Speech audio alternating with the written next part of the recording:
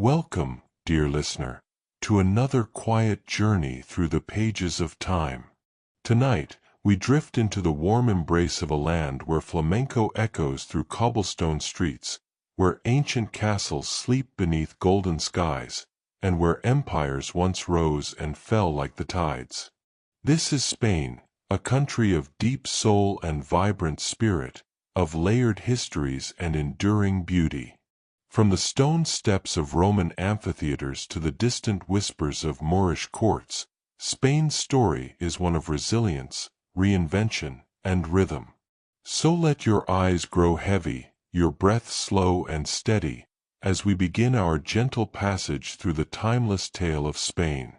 Let the past unfold softly now, like the turning of an old, sun-dappled page. Long before the names of kingdoms, conquests, and cathedrals echoed across the Iberian Peninsula, a quieter world shaped what we now call Spain. In the soft shadows of prehistory, the land stirred with the movements of early life, long before even the idea of Spain existed. The story begins over 1 million years ago, when early human ancestors found their way to the peninsula's sun-warmed cliffs, fertile valleys, and hidden caves. Among the oldest evidence of human presence in Europe was discovered at Atapuerca, near Burgos in northern Spain. Here, archaeologists uncovered fossilized remains of Homo antecessor, one of the earliest known human species in Europe. These bones, some dating back around 800,000 years, whispered the earliest chapters of humanity's story on Spanish soil. Life in these ancient times was simple but profound. Small bands of early humans survived as hunter-gatherers, moving with the rhythms of the seasons. They hunted wild animals and gathered fruits, nuts, and roots, forging tools from stone to shape and survive their surroundings. Over time, the people of this land began to leave behind more than just footprints. By around 35,000 years ago, Homo sapiens, modern humans, had arrived in Iberia. With them came a deeper sense of expression and artistry. In the deep silence of the Altamira cave, nestled in the north of Spain, breathtaking paintings of bison, deer, and mysterious symbols still linger on the walls. Created more than 20,000 years ago, these Paleolithic artworks are among the oldest and most stunning examples of prehistoric cave art in the world. The soft curves of red ochre and charcoal captured a sacred connection to nature, to life, and perhaps to the unknown. The people of the Iberian Peninsula, as it would come to be called, were diverse. Around 5000 BCE, the Neolithic Revolution reached the region, bringing with it profound change. Farming communities began to take root, cultivating wheat and barley, and domesticating animals like sheep and goats. Clay pottery, polished stone tools, and simple dwellings appeared, hints of a more settled and organized way of life. These early farmers built their homes near rivers and fertile lands. One of the most remarkable sites from this period is Los Millars, located in what is now Almeria.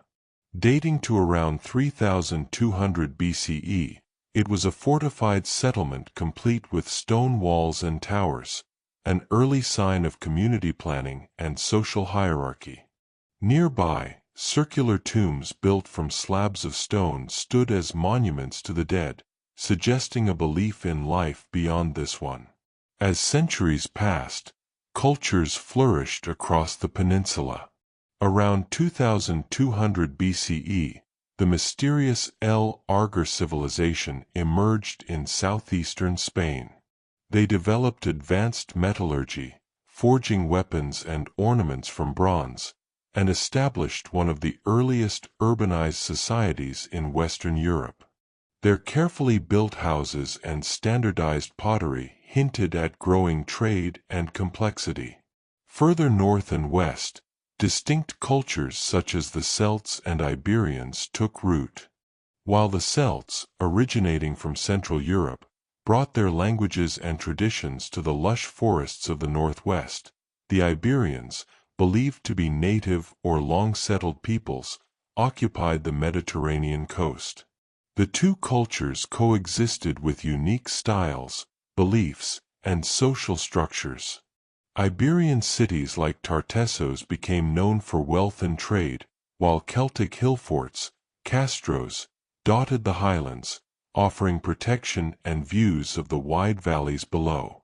By the dawn of the first millennium BCE, Iberia was already a mosaic of cultures, languages, and trade networks. From the eastern shores, Phoenician traders arrived from present-day Lebanon around 1100 BCE, drawn by the region's rich mineral deposits, especially silver and tin. They established ports such as Gadir, now known as Cadiz, one of the oldest continuously inhabited cities in Europe. The Phoenicians brought writing, maritime knowledge, and new religious ideas that mingled with local customs. Not long after, the Greeks followed, establishing colonies along the eastern coast and expanding the cultural landscape further. But it was the Carthaginians, descendants of the Phoenicians based in North Africa, who would leave a deeper mark. They built powerful settlements, engaged in warfare, and laid the groundwork for one of the peninsula's most transformative periods, its collision with the rising Roman Republic. But even in the age before empire, the land we now know as Spain pulsed with human activity, imagination, and resilience. Its mountains, rivers, and coasts had nurtured countless generations. Each layer of soil preserved traces of these earliest peoples, their tools, their art, their bones, all whispering their stories into the future. The Iberian Peninsula, shaped by wind and wave, mountain and fire, stood as a cradle of early life in Europe. Long before the cathedrals of Seville or the palaces of Madrid, before the galleons set sail or the empires rose and fell, there were people who lived quietly with the land. And as the stars turned overhead and the seasons cycled through the ages, their legacies settled into the roots of what would become a nation. With this gentle foundation laid, we will now drift into the next chapter, where ancient civilizations shaped Spain's identity further still. As the soft waves of time lapped gently against the shores of the Iberian Peninsula, new civilizations blossomed across the land, each one shaping Spain's ancient identity in layers, like the careful brushstrokes of an early painting. By the first millennium BCE, two major cultures held sway over the landscape. The Iberians, who occupied the sun-kissed coasts and river valleys of the east and south, and the Celts, who roamed the cooler, greener regions of the north and west. Though distinct in their ways, they lived side by side in a patchwork of tribes, villages, and walled towns. The Iberians were a people of mystery and sophistication. Their origins remain uncertain, though some scholars believe they had dwelled in Iberia for millennia. They were skilled metalworkers, potters, and traders, living in fortified hilltop settlements known as oppida. From Catalonia to Andalusia, they crafted fine ceramics, bronze figurines, and intricate jewelry, objects that spoke of both daily life and deeper belief. One of their most striking legacies lies in their stone sculptures. The Lady of Elche, a limestone bust discovered near Alicante, stares serenely through time. Her delicate features, intricate headdress, and solemn expression have captivated generations. Was she a priestess? A goddess? A noble woman? No one knows for sure, but her image captures the quiet dignity of a lost world. The Iberians were among the first in Europe to adopt writing. Though their script has not been fully deciphered, Its presence on stone stele and pottery reveals a literate society that recorded names, rituals, and perhaps stories now faded from memory. Their language, unrelated to modern Spanish, is still being studied today. Further inland and to the north, the Celts brought a different rhythm to life. These Indo-European peoples had journeyed from Central Europe, arriving in Iberia around 900 BCE. They settled in forested hills and highlands, building round stone dwellings inside protective walls, settlements known as castros.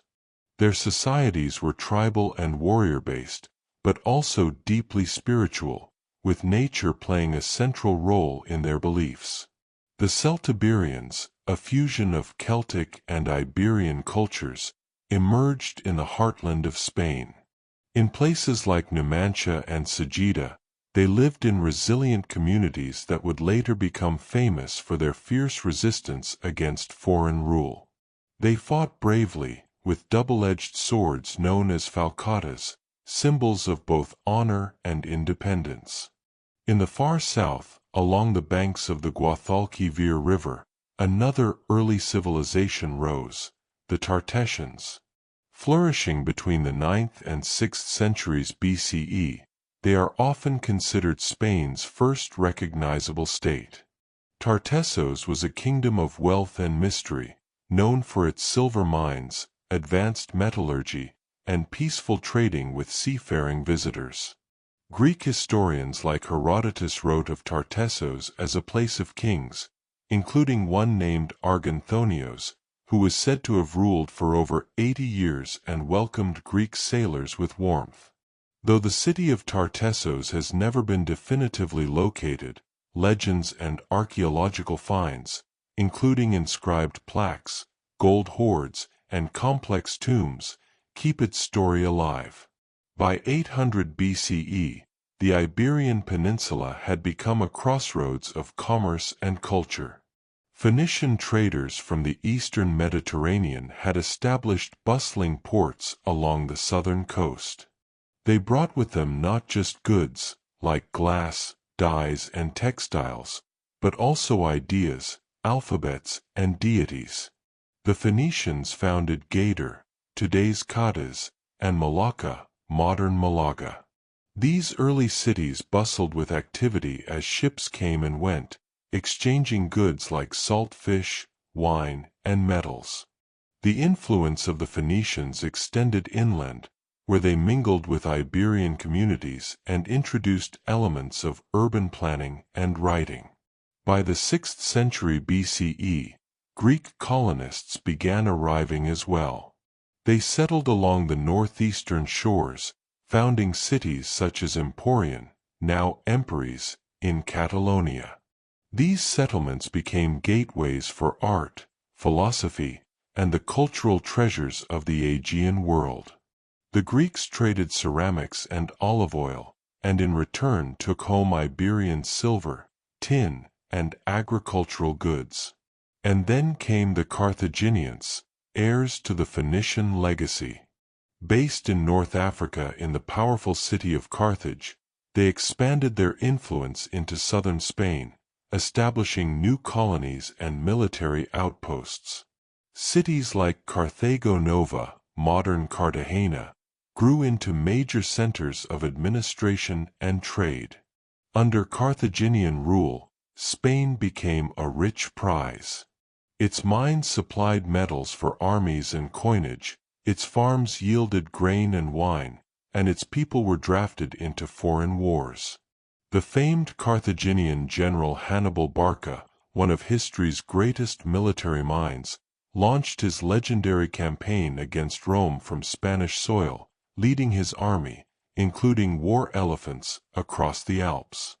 Though these Mediterranean influences brought change, they did not erase the native cultures. The Iberians and Celts continued to shape their own destinies, sometimes adopting foreign customs, sometimes resisting them. Their languages, rituals, and ways of life endured, even as the shadows of empire began to stretch across the land. By the 3rd century BCE, all of these vibrant cultures, indigenous and imported, stood at the edge of a profound transformation. Rome, the rising star of the Mediterranean, had begun to turn its gaze westward. The Second Punic War between Rome and Carthage would ignite a struggle for control of the peninsula, and with it, the beginning of a new era. But here, in this gentler chapter, we pause among the ancient stones and wind-swept hills, in a time before emperors and empires. The voices of the Iberians, Celts, Tartessians, and others still whisper in the earth. Their stories, though softened by time, remain part of the soul of Spain. And as we drift onward, we arrive at the age of conflict and conquest, when great powers clashed and Rome laid claim to Iberia. In the gentle hush of ancient Spain, where sunlit hills met quiet coasts, the peace of earlier ages would soon give way to the sounds of marching feet and foreign tongues. For Spain, known then as Iberia, stood at the crossroads of empire, drawing the attention of the Mediterranean's most powerful civilizations. The transformation began with a storm of ambition and revenge. The Second Punic War between Carthage and Rome, two mighty rivals vying for dominance. The Carthaginian general Hannibal Barca, whose family had long controlled swathes of southern Iberia, made a fateful decision. In 218 BCE, he led his army, thousands of soldiers and even African war elephants, on an epic journey across the Pyrenees and Alps to strike at the heart of Rome itself. Hannibal's daring campaign would become legend, but while his forces crossed Europe, Rome responded by striking at the source. Roman legions landed in northeastern Iberia and began chipping away at Carthaginian control. The cities of Carthago Nova, Saguntum, and others became battlegrounds, their walls echoing with the clash of arms and foreign cries. By 206 BCE, after years of bloody fighting, the Romans had triumphed. Carthage's grip on Iberia was broken, and a new power had arrived. The Romans did not simply conquer, they reshaped the land in their image. They called it Hispania. What followed was a slow, persistent wave of change. Rome divided Hispania into provinces and introduced their laws, their language, and their lifestyle. Roads stretched across mountains and plains, linking distant towns to great cities. Roman theaters, aqueducts, and temples rose where hill forts once stood. Markets bustled with olives, wine, and silver coins stamped with Caesar's face.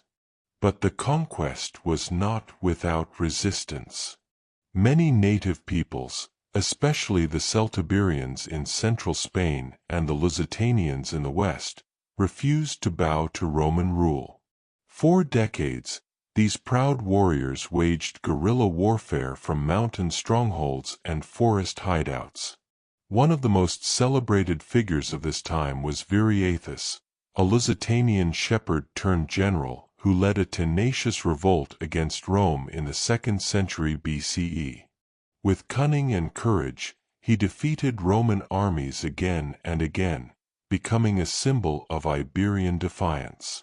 His betrayal and assassination by bribed allies marked a turning point, and gradually, resistance faded. The final stronghold of native defiance was Numantia, a Celtiberian city that stood against Roman siege for over a year. In 133 BCE, rather than surrender, its inhabitants chose to burn their city and die free. Rome took the ashes and planted a new order. By the early centuries of the Common Era, Hispania had become thoroughly Romanized. Cities like Emerita Augusta, modern Merida, Tarraco, Tarragona, and Córdoba, flourished. Roman baths steamed in the evenings, Latin echoed in forums, and stone mosaics decorated grand villas on the countryside. Spain also gave Rome some of its most prominent figures. The philosopher Seneca, the epic poet Lucan, and even emperors such as Trajan and Hadrian were born in Hispania, evidence of how deeply the province had been woven into the fabric of the empire. But no empire lasts forever. As the 5th century dawned, the Roman world trembled. Borders collapsed, legions disbanded, and the once mighty empire split apart. Into the void marched new invaders, tribes from the north who sought new lands and new destinies. Among the first were the Suebi, Vandals, and Alans, Germanic tribes who crossed the frozen Rhine and swept into Gaul before arriving in Hispania around 409 CE.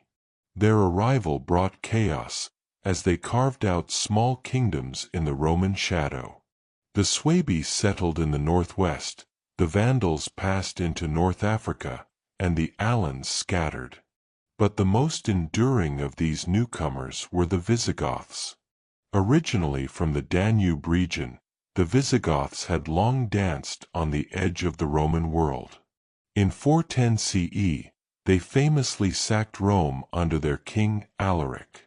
Not long after, they were granted lands in southern Gaul, and from there, they moved into Hispania, first as allies, then as rulers. By the late 5th century, the Visigothic kingdom had emerged, with Toledo as its capital. They maintained many Roman customs, adopting Latin, preserving Christian institutions, and ruling from stone palaces decorated in mosaics. Yet their reign brought changes, too. New legal codes, new elites, and a blending of Gothic and Hispanic cultures. The Visigoths would rule for nearly 2 centuries, a period of relative calm and consolidation. But beneath the surface, divisions brewed, between nobles and kings, between Christians and heretics, between the past and the uncertain future. In 711 CE, a new force crossed the narrow straits from Africa. They were Berber and Arab warriors, followers of a rising new faith, Islam, and they came with remarkable speed and purpose. At the Battle of Guadalete, the Visigothic king Roderick fell, and with him, his kingdom crumbled. The Islamic conquest had begun, and within a few years, nearly all of Spain was under Muslim rule. And so, yet again, Spain became a meeting point of cultures, where East met West, and conquerors brought not only swords, but knowledge, science, and art. But that tale belongs to the next chapter, where an Islamic golden age would bloom amid the hills and plains of Al-Andalus. As the sun rose gently over the Iberian Peninsula in the year 711, soft rays spilled across deserts, mountains, and seas. But on that morning, they also lit the sails of ships crossing the narrow Strait of Gibraltar, a crossing that would change Spain forever. Led by the Berber commander Tariq ibn Ziyad, a small Muslim force landed near a great rock that would later bear his name, Jabal Tariq, or Gibraltar. They came not just to raid, but to conquer. And in a stunning display of strategy and speed, they swept through the weakened Visigothic kingdom, meeting little resistance. Within a few years, most of Iberia had become part of the Umayyad Caliphate, the vast Islamic empire stretching from the Atlantic to the borders of India. The new rulers called this fertile land Al-Andalus. But the conquest was not the end of a story, it was the beginning of a golden age. From their new capital in Córdoba, Muslim rulers began to shape a society unlike any in Europe. Al-Andalus became a land where 3 great cultures, Muslim, Christian, and Jewish, coexisted, sometimes uneasily, often fruitfully, and always memorably. Córdoba, in particular, blossomed into one of the most magnificent cities of the Middle Ages. Its great mosque, with endless rows of striped arches and golden light, became an architectural marvel. Scholars filled libraries with thousands of texts, many of them translations of ancient Greek, Roman, and Persian knowledge. Medicine, astronomy, mathematics, and philosophy thrived here. At night, the streets were lit with oil lamps. Public baths and fountains cooled the hot afternoons. And poets wrote of gardens where orange blossoms perfumed the air. This era saw the rise of thinkers like Averroes, Ibn Rushd, who preserved and expanded upon Aristotle's work, and Maimonides, a Jewish physician and philosopher whose writings still echo through history. Under the Umayyads of Córdoba, Al-Andalus became a center of tolerance, intellect, and grace. But even this golden age was not free from shadow. By the 11th century, the caliphate had fractured into smaller kingdoms known as taifas. While some were brilliant centers of art and culture, they were politically vulnerable, often turning to Christian rulers for aid against rival Muslim states. To the north, Christian kingdoms had never disappeared. In the highlands of Asturias, Leon, Navarre, and Aragon, small Christian enclaves held on, preserving their faith and traditions. From these strongholds, the Reconquista, the long, slow Christian reconquest of Spain, began. It was not a single campaign, but a patchwork of battles, treaties, alliances, and betrayals spanning over 7 centuries. Christian rulers, often as divided among themselves as with Muslim neighbors, slowly pushed southward. Among the most powerful Christian states to emerge was Castile, and later, Aragon. Kings such as Alfonso VI, Ferdinand III, and John I played key roles in reclaiming lands and cities once lost. Still, Al-Andalus resisted. New waves of Islamic power, like the Almoravids and later the Almohads, crossed again from North Africa, temporarily restoring Muslim dominance. The majestic city of Seville, the poetic court of Valencia, and the fortified towers of Toledo all bore witness to shifting hands and changing times. In 1212, a major turning point arrived. At the Battle of Las Navas de Tolosa, a coalition of Christian forces from Castile, Aragon, and Navarre defeated the Almohad army. The balance of power tipped decisively. Within decades, many major cities in the south, including Córdoba and Seville, were under Christian rule. Yet one glittering jewel remained: Granada. Nestled at the foot of the Sierra Nevada mountains, the Nasrid Kingdom of Granada stood as the last Muslim emirate in Spain. For over 2 centuries, it flourished, even as Christian armies loomed ever closer.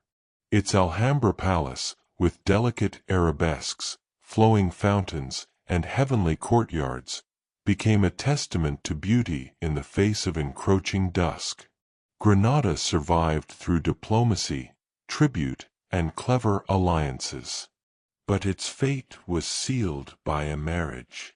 In 1469, Queen Isabella of Castile and King Ferdinand of Aragon united their crowns, creating a powerful Christian kingdom. They launched a final campaign against Granada, and in 1492, after a long siege, the city fell. Boabdil, the last Muslim ruler, handed over the keys, weeping as he looked back at the city he could not save.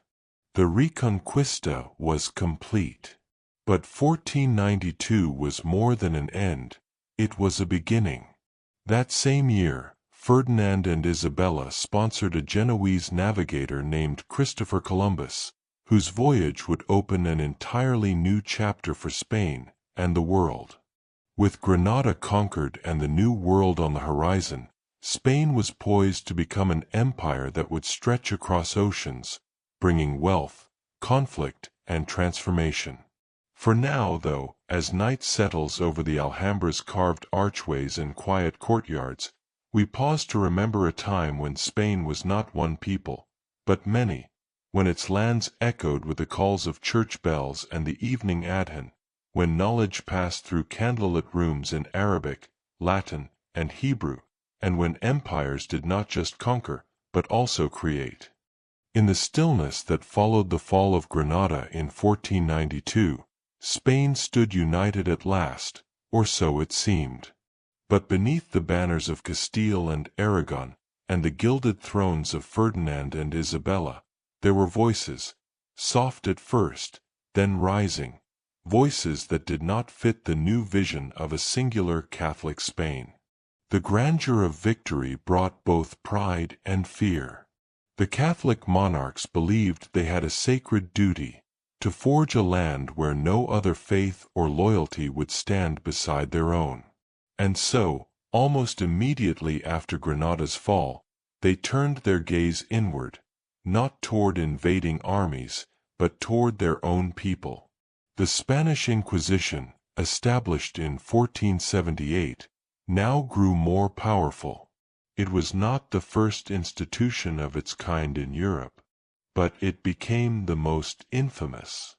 Its purpose was to seek out heresy, especially among recent converts, Jews and Muslims who had accepted Christianity, often under pressure or threat, and who were now suspected of clinging to their old faiths in secret. By flickering candlelight, inquisitors questioned men and women, searching for signs of disobedience. Trials were often secret. Accusations could come from neighbors. And punishments, ranging from imprisonment to execution, cast a long shadow. The Inquisition became a symbol of control, of power held tightly in anxious hands. In 1492, the same year that Columbus sailed west and Granada fell, the Catholic monarchs issued the Alhambra Decree, expelling Spain's Jewish population unless they converted. Some fled. Some converted. Many hid. It was a heartbreaking exodus of a people who had lived in Spain for centuries, contributing to its poetry, philosophy, medicine, and trade. 7 years later, a similar fate met the Muslims who had stayed behind. Though the surrender of Granada had promised tolerance, it was short-lived. Over time, forced conversions became the norm. The remaining Muslims, now known as Moriscos, often lived in quiet resistance, preserving parts of their culture and language behind closed doors.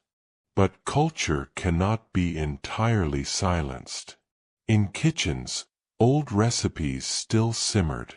In gardens, ancient irrigation systems kept water flowing. In lullabies, the melodies of Alan Dulles lingered. Throughout the 16th and 17th centuries, as Spain expanded into the Americas and brought back riches of silver and gold, tensions at home simmered. For while the empire grew, the people beneath the empire often struggled. In Castile, peasants faced rising taxes and the burdens of empire building. Discontent swelled among the nobility and townsfolk alike. In 1520, rebellion burst into the open. It was called the Revolt of the Comuneros. A coalition of urban leaders, knights, and even some clergy rose against Charles I of Spain, who was also Charles V, Holy Roman Emperor. Many Spaniards saw him as a foreign ruler, more connected to his lands in the Netherlands and Austria than to Spain itself. The Comuneros demanded greater representation and local control. But the rebellion, though passionate, was short-lived. In 1521, the royal forces crushed the movement at the Battle of Villalar, and its leaders were executed. Still, the revolt left behind a legacy, the early seeds of constitutional thought and the struggle between crown and community. Elsewhere, rebellion flared in different forms. In Valencia, the Germany's revolt, led by guilds and artisans, echoed similar frustrations with corruption and the monarchy. In Aragon, tensions between local traditions and royal centralization led to further clashes.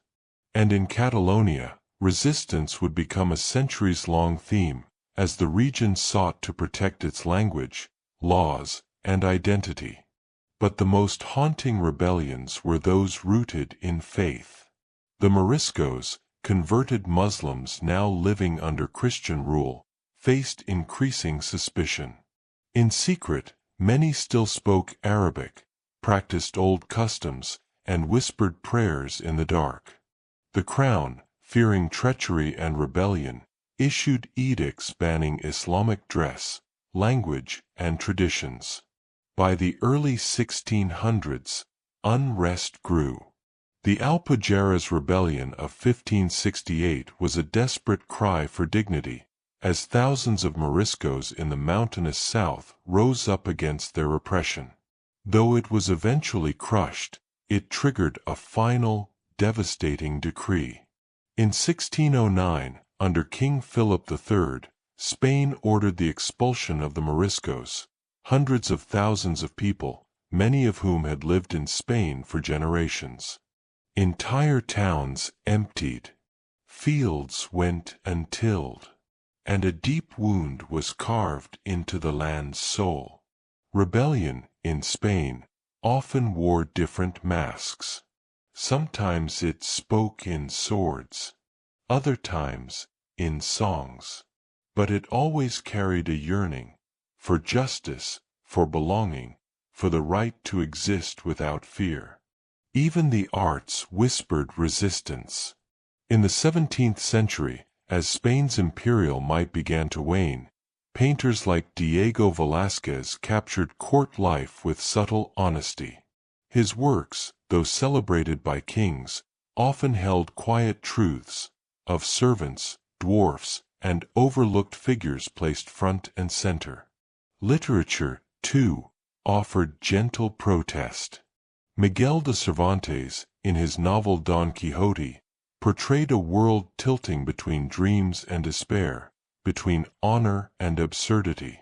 Through rebellion and repression, Spain became not just a land of conquest and empire, but a nation shaped by deep internal struggles, where identity was contested, where faith was politicized, and where the yearning for voice echoed from every region, every home, every corner of its vast and varied past. As the 18th century dawned, Spain stood at a crossroads. The once mighty empire, stretched across continents, was beginning to show signs of wear. Its golden galleons no longer returned as full, its colonies more distant in spirit than in miles. The world was changing, and Spain would soon be pulled into a series of events that would reshape its very soul. The first great shift came with the War of the Spanish Succession, beginning in 1701. When King Charles II died without an heir, rival powers across Europe eyed the Spanish throne. Would it fall to the French Bourbons, or to the Austrian Habsburgs? The war swept across Europe like a storm, with Spain as its heart. Villages were occupied, alliances drawn and broken, and battles fought on dusty plains and cobbled streets. In the end, Philip V, a grandson of France's Louis XIV, took the Spanish throne, but at a cost. Spain lost many of its European territories, and the Treaty of Utrecht in 1713 redrew the map. Yet it also marked the start of a new royal house, the Bourbons, who would rule, off and on, for centuries to come. But peace was fleeting. The 18th century brought the Enlightenment, and with it new ideas about governance, reason, liberty, and the rights of man. Though Spain remained largely conservative, cracks began to show. Some monarchs, like Charles III, embraced reforms. He built roads, supported education, and tried to modernize agriculture and trade. These changes were known as the Bourbon reforms. Still, beneath the surface, tensions brewed. In the Americas, Spanish colonies began to question their loyalty. In Spain itself, tradition clashed with progress. Then came a thunderclap, the Napoleonic Wars. In 1808, Napoleon Bonaparte of France turned his gaze toward Spain.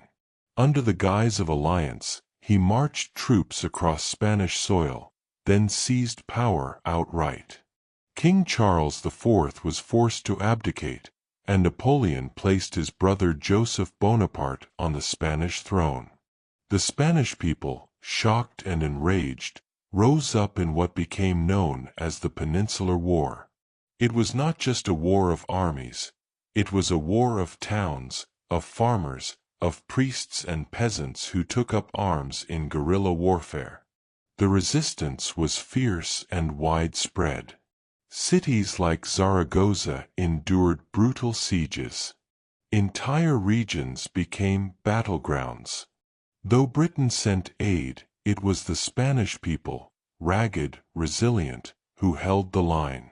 In 1813, the French were driven out, and Ferdinand VII, the rightful king, was restored.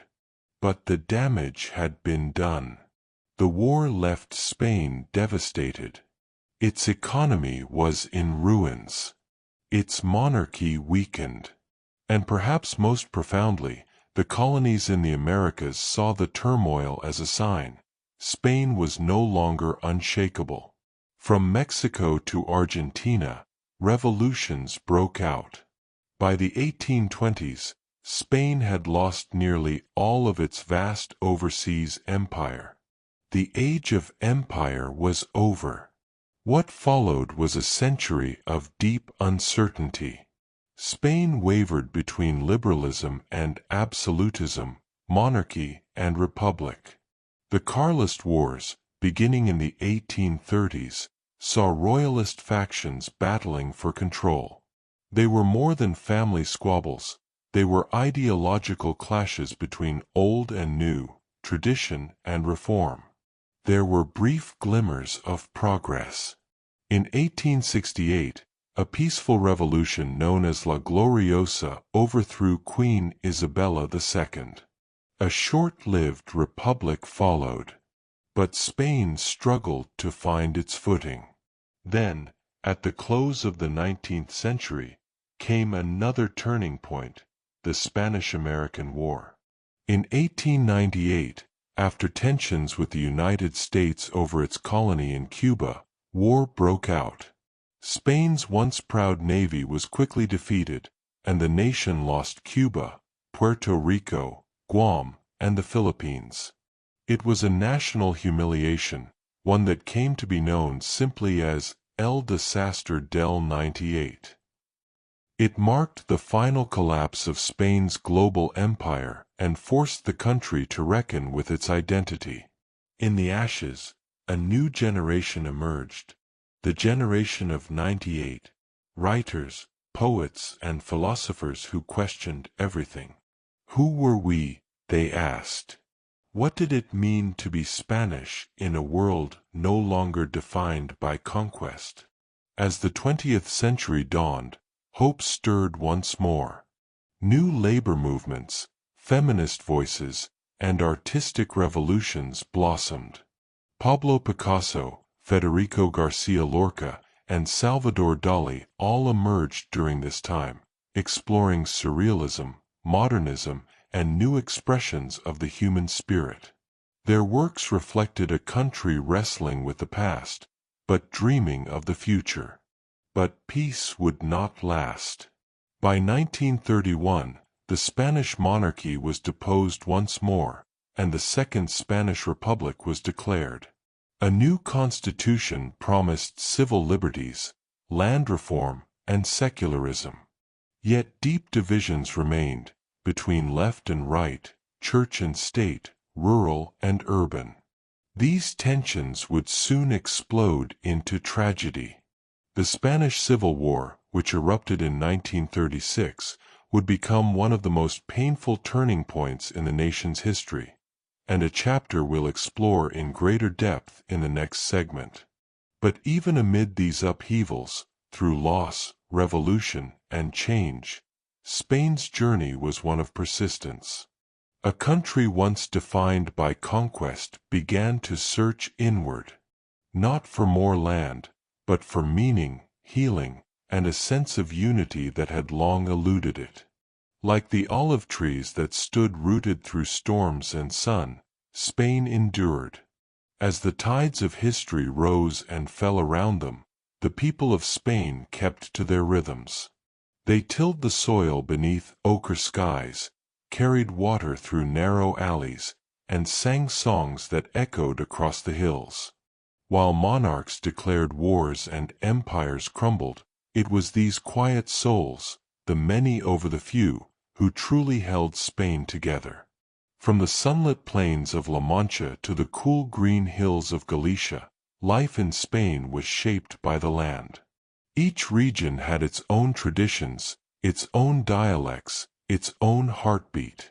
In the Andalusian countryside, peasants awoke to the scent of orange blossoms and the bleating of goats. Women spun wool while children played in dusty courtyards. Meals were humble: bread, olive oil, maybe a bit of cheese or tomato, but they were shared with laughter and love. To the north, in Basque villages nestled among misty mountains, stone homes clustered close, as if bracing against time. The Basque people spoke Euskera, one of Europe's oldest and most mysterious languages, and passed down ancient songs and myths that defied translation. Fishermen braved churning seas, while shepherds guided flocks across wild terrain. In Catalonia, artisans wove bright fabrics, and merchants filled coastal markets with saffron, lemons, and salted cod. The Catalan tongue danced through narrow lanes, and families gathered in tiled courtyards to tell tales of giants and rebels. The diversity was dazzling, yet so was the unity. Across the peninsula, a deep sense of belonging grew from shared faith, toil, and story. Religion was at the center of daily life for centuries.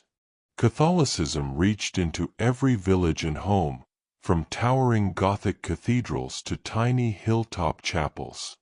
People knelt at wooden pews, lit candles to saints, and found comfort in rituals that marked the rhythm of life: baptisms, marriages, processions, and farewells.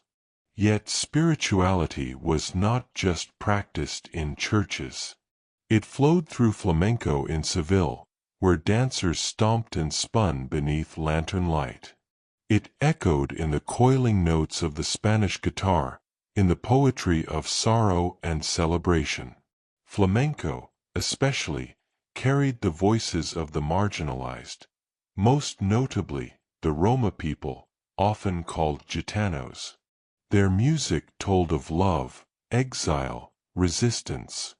With every rasguedo strum and anguished cry, they gave voice to centuries of endurance and pride. Spain's villages were more than quiet retreats; they were tapestries of oral tradition. Grandparents passed down ghost stories and proverbs. Children learned through folktales and lullabies. Some of these stories had roots in Moorish legends, carried down from Al-Andalus, mingled with Christian saints and Jewish mystics. These threads created a unique cultural blend, sometimes harmonious, sometimes uneasy, but always richly layered. In city squares, artisans set up their stalls. Shoemakers, blacksmiths, weavers, all honed their crafts with care passed down through generations. Many couldn't read, but their hands held centuries of wisdom. A carved chest, a painted tile, a stitched shawl, all whispered the names of those who came before. As printing presses arrived and literacy spread in the 18th and 19th centuries, Spain's thinkers began to shine on a wider stage. Writers like Miguel de Cervantes, centuries earlier, had already given Spain its first literary hero in Don Quixote, a dreamer who tilted at windmills, believing them to be giants. His story resonated not just for its wit, but because it captured something deeply Spanish, a love for idealism, even when the world says no.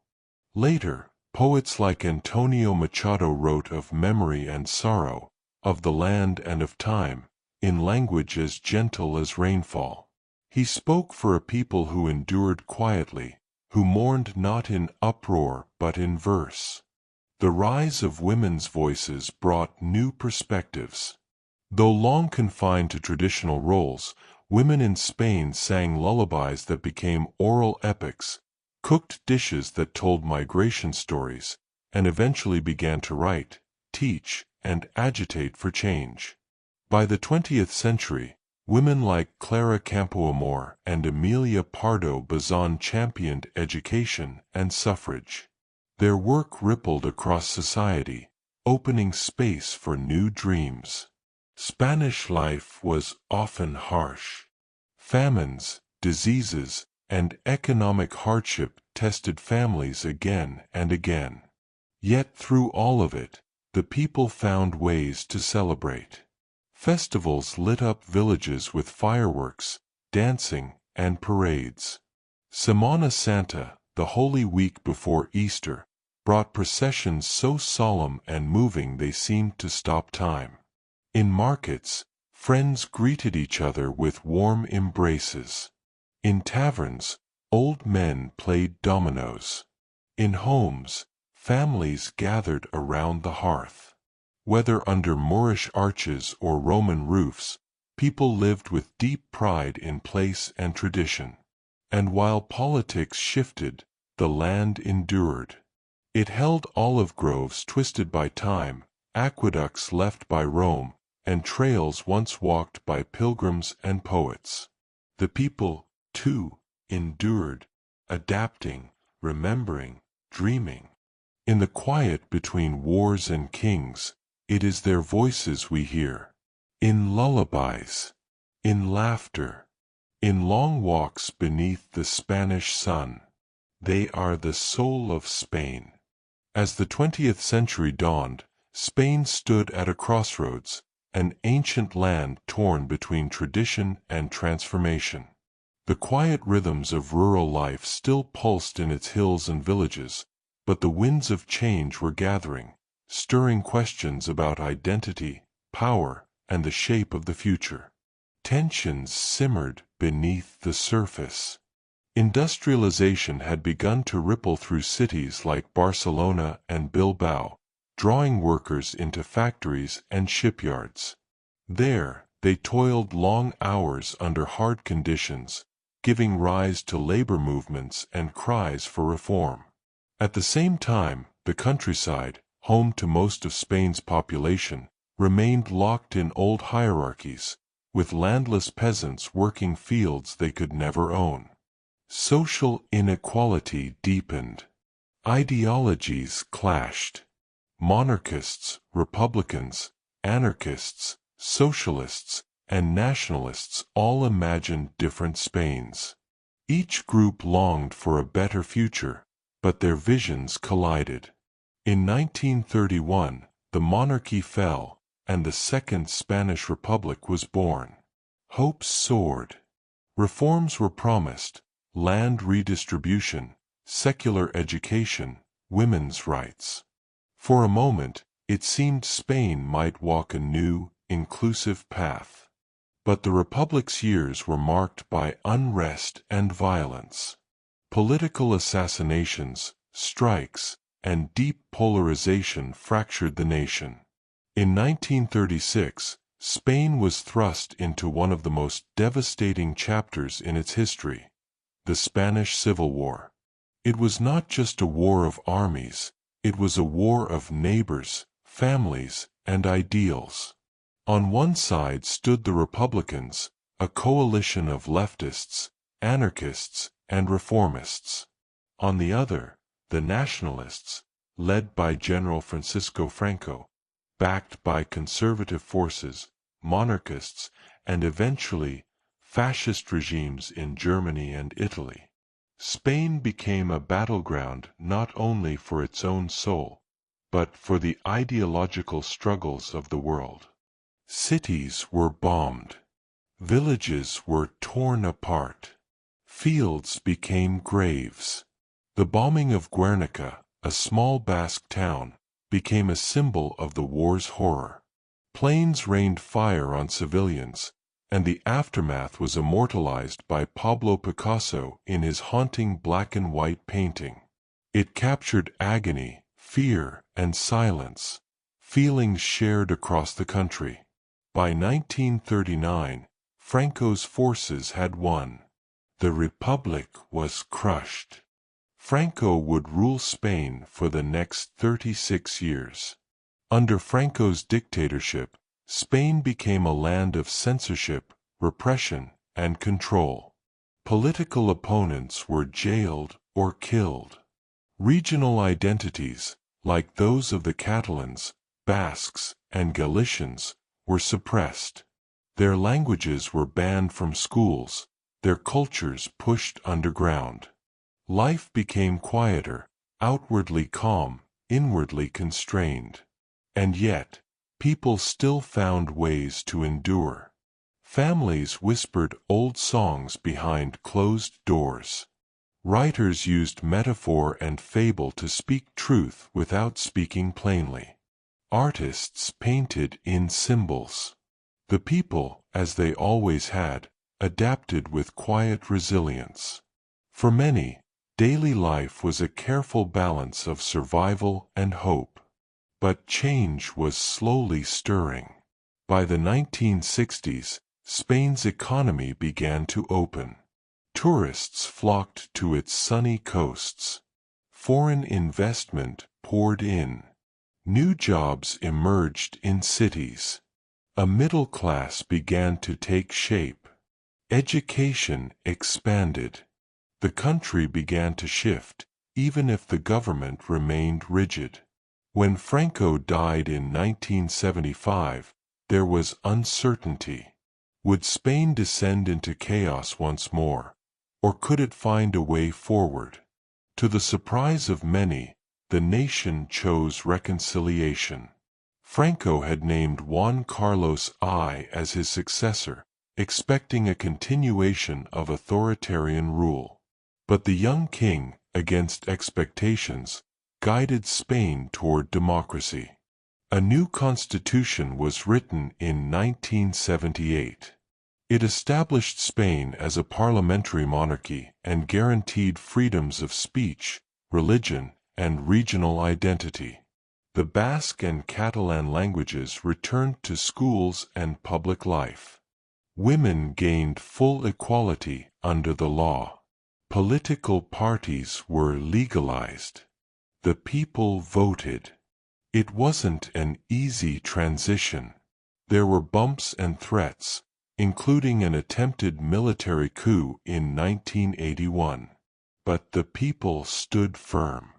Parliament refused to bow to fear. Spain, at long last, began to breathe freely. In the decades that followed, Spain flourished and faltered in equal measure. It joined the European Union in 1986 and enjoyed rapid modernization. High-speed trains crisscrossed the land. Cities like Madrid and Barcelona became centers of art, fashion, and food. But the wounds of the past never vanished entirely.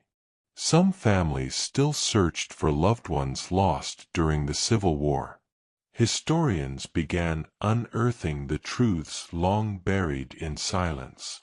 In the 21st century, Spain passed a historical memory law, seeking to recognize the suffering of victims and preserve the stories of those once silenced. Meanwhile, the question of regional autonomy remained delicate. In Catalonia, large movements called for independence.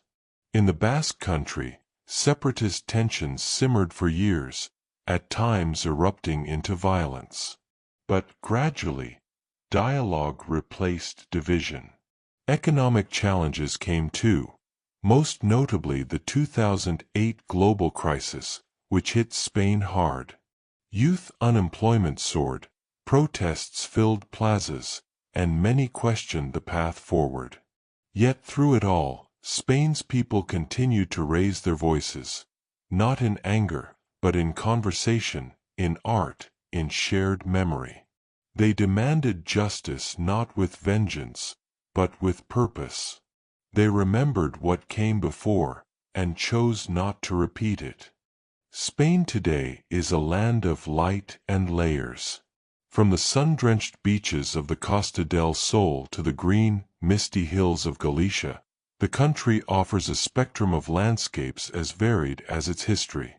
Across its 17 autonomous regions, each with its own flavors, festivals, and traditions, Spain weaves a rich and living tapestry.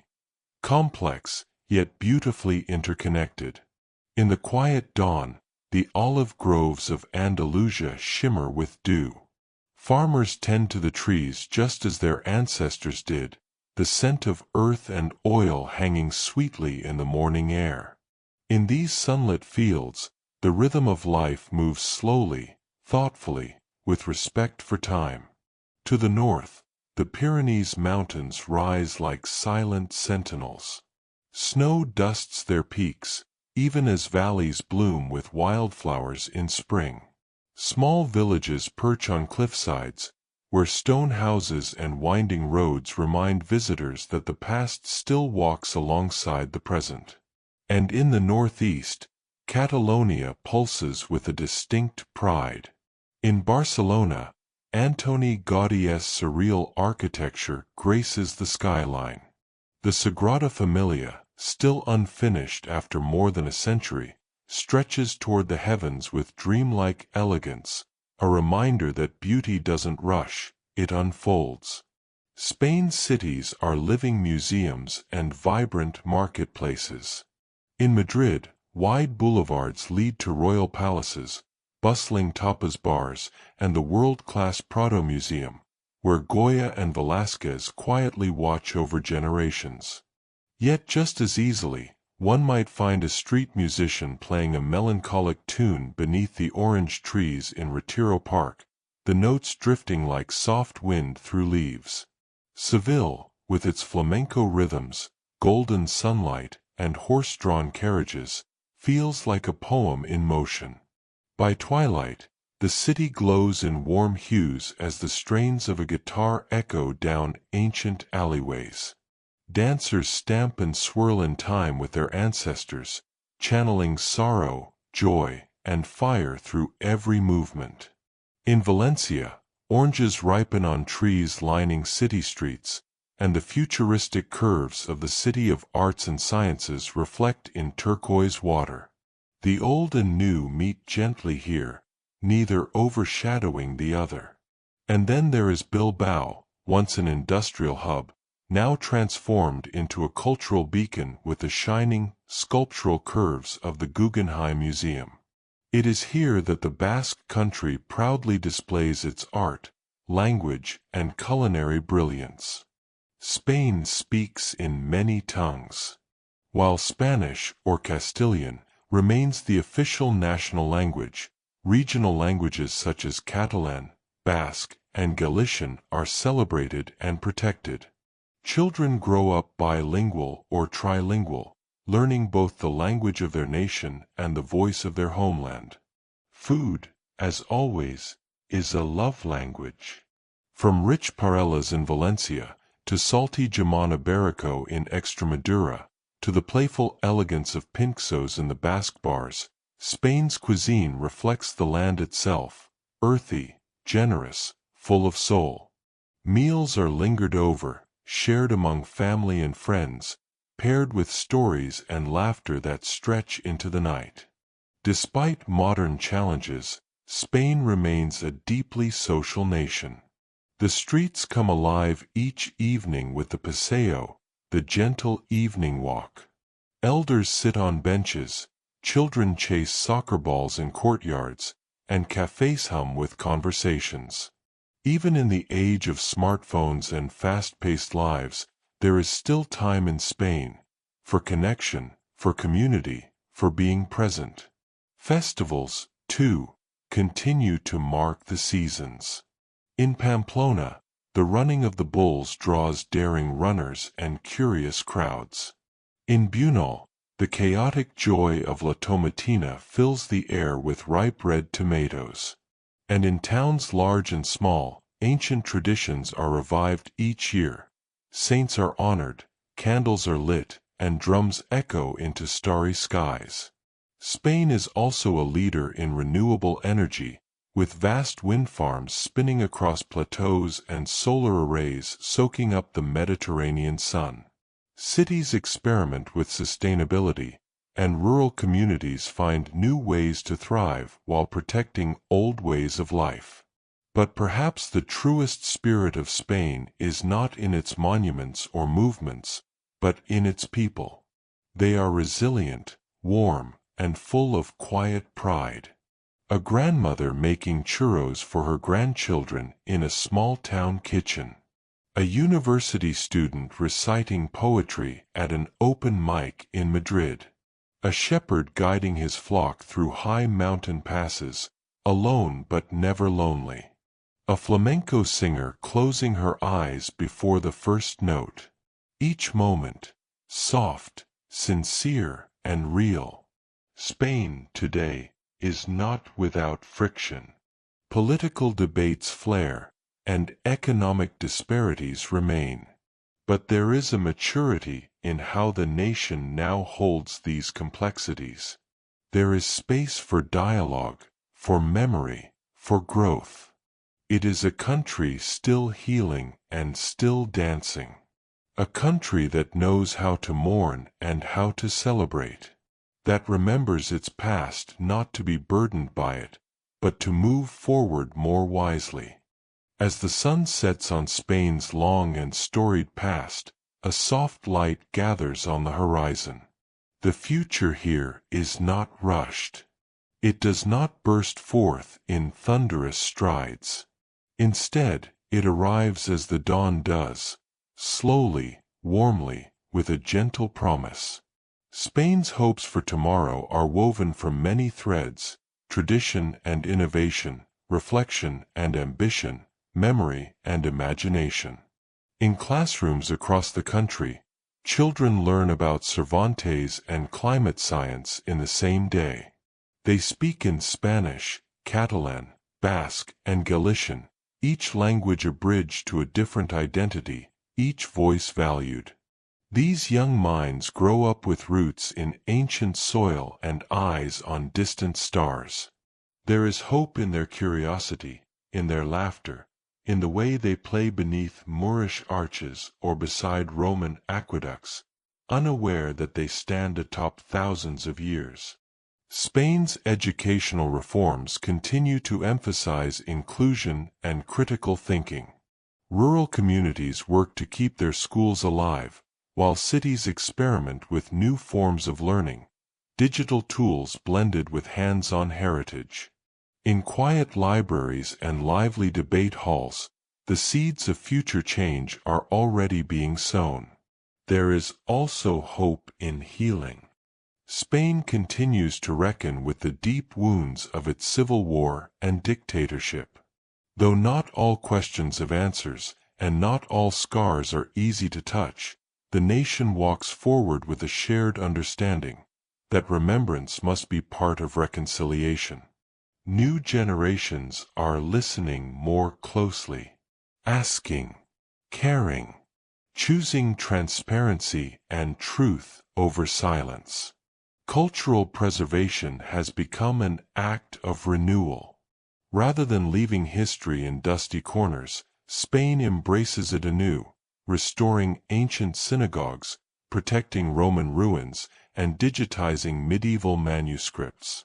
Across the land, artisans, musicians, and storytellers keep old ways alive, while adding their own touches of modern light. At the same time, the Spanish people lean into innovation. Spain is among Europe's leaders in renewable energy. Wind turbines sweep across the plains of La Mancha, solar panels gleam on rooftops from Seville to Zaragoza, and coastal cities reimagine sustainable urban life. High-speed trains link regions that once felt far apart, and green architecture blooms beside ancient cathedrals. In agriculture, farmers blend traditional techniques with precision technologies to nurture both the land and the economy. Vineyards embrace organic methods, and olive groves stretch toward a future that is both productive and protective. In health and wellness, Spain's long-standing Mediterranean lifestyle, rich in fresh food, outdoor movement, and social connection, offers lessons for the modern world. Urban planners redesign cities to be more walkable, more breathable, more human. Tourism, too, finds new balance. After years of over-tourism in places like Barcelona and Ibiza, there is a growing shift towards sustainable travel, encouraging visitors to discover smaller towns, to engage respectfully, and to tread lightly. In this way, the warmth of Spanish hospitality can continue without being strained. In the arts, Spain remains a quiet but steady flame. Filmmakers, writers, and visual artists explore questions of identity, belonging, and transformation.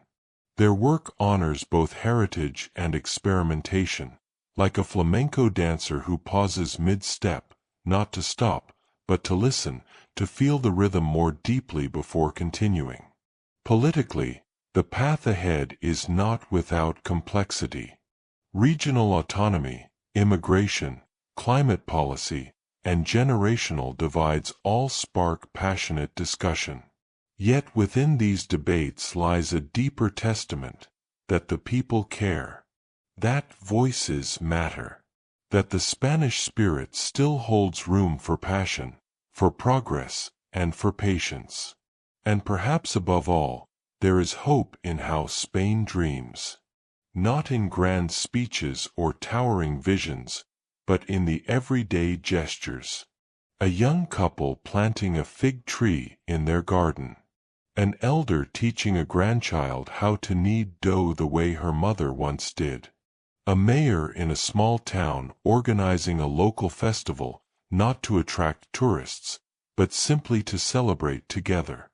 A group of teenagers dancing on a beach beneath the stars, not for an audience, but for joy. These are the dreams that endure. They are not loud. They do not demand attention. But like the tolling of church bells at dusk, they echo softly through time. Spain's tomorrow may be uncertain in shape, but its heart is steady. It is the heart of a nation that has endured war, conquest, glory, and grief, and still finds time to gather around the table, to pass bread and olives, to listen, to laugh, and to sing. It is a land that knows how to let the past rest gently beside the present, while keeping the door open for the future. And so we close our eyes tonight in the gentle hush of a country, dreaming not only of what it was, but of all it still might become. Spain, eternal, evolving, and quietly luminous.